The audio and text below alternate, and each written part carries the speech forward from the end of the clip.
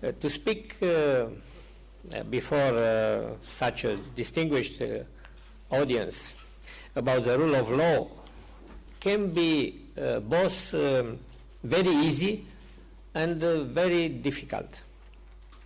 Easy for the principles summed up by the concept of rule of law are not only accepted, but revered, even worshipped everywhere in our time. Freedom under the rule of law is repeatedly proclaimed as a core definition of Western democracy by all the leaders of the democratic world. The World Bank and International Monetary Fund condition their financial assistance on the implementation of rule of law in recipient countries as the only means to provide a secure environment for investments, property, contracts, and market economy. I do not know of any philosopher or statement who dares to openly challenge the rule of law as such. I never heard any encomium of the lawlessness or of the arbitrary as a principle. Leaders of a variety of systems, some of which have rejected democracy and individuals' rights, many of which oppose liberalism and are explicitly anti-Western, claim their support for the rule of law and even identify it as essential. Forgetting what Hobbes in his Leviathan stated that he that is bound to himself only is not bound. Many abuses of the law have been conducted by states and government officials who claim to embrace and abide by the rule of law. Hypocrisy is, as we all know only too well, the highest homage of vice to virtue. Even the most despotic rulers of our times pretend to obey the laws. This unanimity in support of the rule of law is a feat unparalleled in history. It would not be very difficult to show that the notion of the rule of law may become meaningless due to ideological abuse and general overuse. This is why I said before, speaking about the rule of law in front of a sophisticated and well-informed audience may be extremely difficult. Claimed as a universal principle of legitimating power, the concept of rule of law can be either a truthful recognition of the moral essence of the state or a cover for cynical political leaders who do lip service in favor of the rule of law while violating it. But on the other hand, the mere fact of its frequent repetition is compelling evidence that adherence of the rule of law is an accepted measure worldwide of government legitimacy. No other single political ideals has ever achieved such a universal endorsement. The rule of law thus stands in the peculiar state of being the preeminent legitimating political idea in the world of today without any agreement upon precisely what it means. To complicate things further, the scholarly debate about the concept of rule of law, its past and present as well as, most important, its future, engages political scientists, philosophers, historians, and lawyers trying to understand better both the definition and the limitations of a notion which may seem universal and undisputable to the layman, but proves itself highly problematic to the theorists. A striking disjunction exists between the theoretical discourse on the rule of law and the political and public discourse on the rule of law. Some believe that the rule of law includes protection of individual rights, some not. Some think that democracy is part of the rule of law, some not.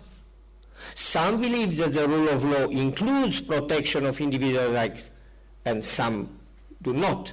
One can think that the rule of law is purely formal in nature, or on the contrary, that the rule of law is substantial, encompassing the social, economic, educational, and cultural conditions under which people's legitimate aspirations and dignity may be realized. I understand why there are, in theory, so many contradictions and nuances in defining the rule of law in relation to our complex world in which innumerable traditions, cultures, and historical experiences blend and confront each other. The concept was born more than 2,000 years ago, when Pindar forged first the image of the king law, Nomos Basileus, and when Herodotus quoted him to oppose the rule of one single man, the Persian monarch, to the rule of Greek law. Such a concept cannot cross 2 millennia and more a diversity of political regimes and a sea of troubled history without gathering a lot of internal contradictions. As a practitioner, both of the law and of governance, but even more as a citizen, I will try to contribute to a practical definition of the rule of law, starting from the opposite viewpoint, from its absence. As with air or water, it is easier to perceive that what the rule of law means when we lack it. I strongly believe that many of contradictions of such a basic concept disappear if only we reflect a while about how the rule of law can itself disappear from a given society and what are the consequences of its absence. The questions of legality and of the rule of law during communist dictatorship could be and were actually misleading when examined from afar, for the country continuing to have a constitution, laws, and even a legislative which formally guaranteed the separation of powers. In theory, during the Cold War, and even after its end, any Westerner knew that the communist countries were ruled by totalitarian regime and that the rule of law was dramatically absent in these regimes. But the precise mechanism of this absence, the way and means by which the political and legal system of these countries were distorted to mimic a state ruled by law, while ensuring instead its very lawlessness, were of no interest, because nobody envisioned a future in which Eastern Europe could become again a part of the civilized and democratic world. In my view, any society which aspires to institute or reinstate the rule of law must know that this is far from being an automatic process, a sudden and painless epiphany of the law. It is a long and hard struggle, both with the past and with the present. It is a hard struggle to create institutions, and a harder one to make them function and work properly. It is a constant struggle not only for the politicians or for judiciary, but for the society as a whole.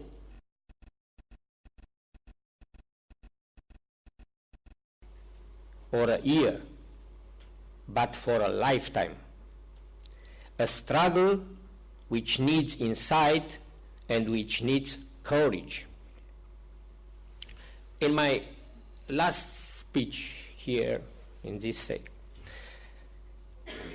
I finish to say cultural diplomacy is not only to understand better the world,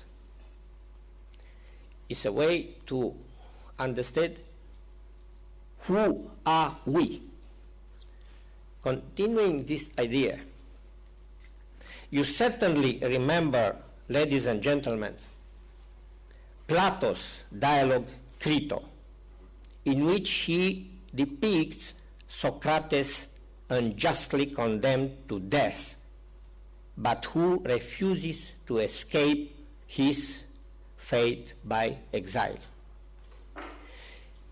Even if few of us, philosophers or not, will be confronted as once Socrates was, with such a dramatic situation, it is worth thinking to such a fundamental choice: